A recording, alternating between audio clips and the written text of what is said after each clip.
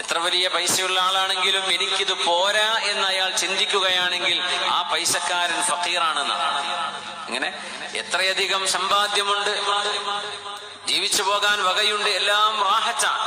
പക്ഷേ ഉള്ളിന്റെ ഉള്ളിൽ ഇത്രയൊന്നും പോരാ, എനിക്ക് അയാളെ പോലെ ആവാൻ കഴിഞ്ഞില്ലല്ലോ, അദ്ദേഹത്തെ പോലെ ആവാൻ കഴിഞ്ഞില്ലല്ലോ എന്നൊരു തോന്നൽ മനസ്സിൽ വരികയാണെങ്കിൽ അയാൾ ദരിദ്രനാണെന്നാണ്. കാരണം ദാരിദ്ര്യത്തെ ഡിഫൈൻ ചെയ്യുന്നത് എന്താണ്? ദാരിദ്ര്യം മൽ ഫഖർ, അൽ ഫഖറു ഹാജ. എന്താണ് ദാരിദ്ര്യം? What is poverty? Poverty is വോൺസ്.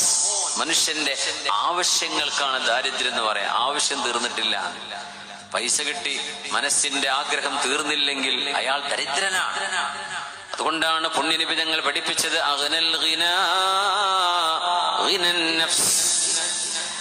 സമ്പാദ്യങ്ങളിൽ വെച്ച് ഏറ്റവും വലിയ സമ്പാദ്യം മനുഷ്യന്റെ മനസ്സ് പറയുന്നതാണ്. എന്ത്?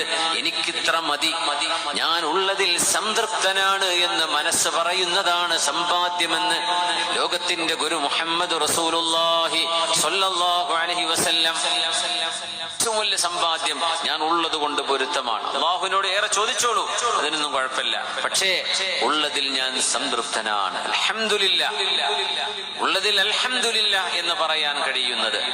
അല്ലാഹു നമുക്കതിന് തൗഫീഖ് നൽകട്ടെ.